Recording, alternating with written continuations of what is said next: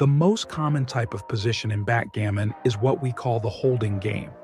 Holding games occur when one side escapes his back checkers to the safety of the midpoint or beyond, but the other side, the defender, does not.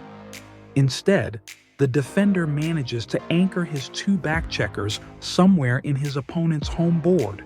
So, this is the opening position. And what happens in every single backgammon position or backgammon game is that at some point, one of the players successfully escapes his or her back checkers before the other player does. So in this case, let's say that white was in a position like this. So let's say brown has an anchor over here.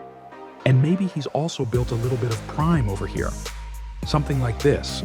This is called a holding game because brown is holding onto his anchor and holding white here and trying to turn the game around by hitting a turnaround shot. The holding game comes in many different variations. This would be the 3-point anchor holding game. Basically, we just name the holding game according to what point you have. So this would be the 5-point holding game, or some call it the 20-point holding game. But that's the same. Or you have the bar point holding game over here. Generally, you have two different categories of holding games. You have the shallow holding games where you've managed to make an advanced anchor with your back checkers. So that would be on the 4-point, on the 5-point, which we call the golden point, or the 7-point, the bar point. Those are the shallow holding games. They're typically the stronger ones because here, you still have an opportunity to raise as well. If you get lucky and roll a double 5, you might catch up in the race. Then we have the other category.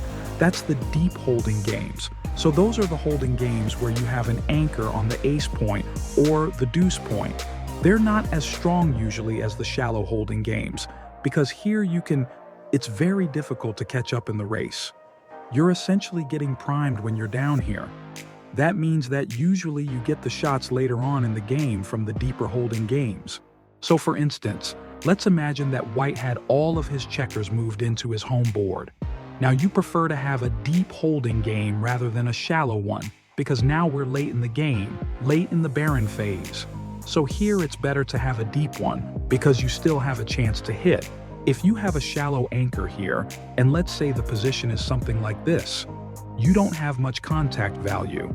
It's rather easy for white to just clear the last points here in front of the anchor. By the way, then we have the hybrid between a deep and a shallow holding game. It's something in between. It has a little bit of both worlds. You can still get lucky and catch up in the race, but you're also kind of getting primed because it's a little bit deep. So that's just something in between. So a back game is essentially the same type of position as a holding game. It's also a contact position. But the difference between a holding game and a back game is that you have two angers made in a back game. Just like the holding game, the back game comes in different categories. We have the shallow back games. Those are the back games where you have the 5-point as one of the two angers. So the shallow back games, that would be, for instance, the 5-4 back game, the 5-3, the 5-2, or the 5-1. Those would be shallow back games. The shallow back games, they often play out as a holding game because right now you have a back game, but later on you might just run with one of your checkers and you still have a holding game with some extra contact. Or you might run with both and then you have a holding game. This means that in a shallow back game you don't crunch as often, so it's more robust in terms of timing, but it's also not quite as strong in terms of generating shots. So that's the shallow back games. Then we have the mid-range back games. Those are the ones where you have the 4 points included. And so that would be the 1-4, the 2-4, or the 3-4. Those generate a little bit more shots than the shallow one with the 5-point.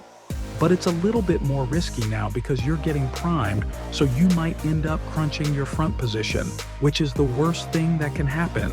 Shallow back games, mid-range back games, and then you have the deep back games, the final category in this video. And those are the back games where it's essentially the 1-3, the 2-3, or the 1-2 back game. Those are the deep back games. And the deep back games, if you have good timing, which we're going to talk about in another video, those are actually the strongest back games. But the deep back games, they generate the shots quite late. So you better time your front position well, have a nice prime, and then when you get a shot, it's usually a double shot. And then you can hit your opponent with the turnaround shot, and hopefully you have a 6 prime by then, and win the game that way. The deep back games, however, are risky, because as you can see, you're really getting primed here with the 4 checkers deep.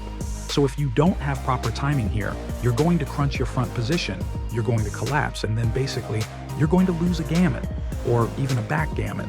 Yeah, so that's the difference between a holding game and a back game.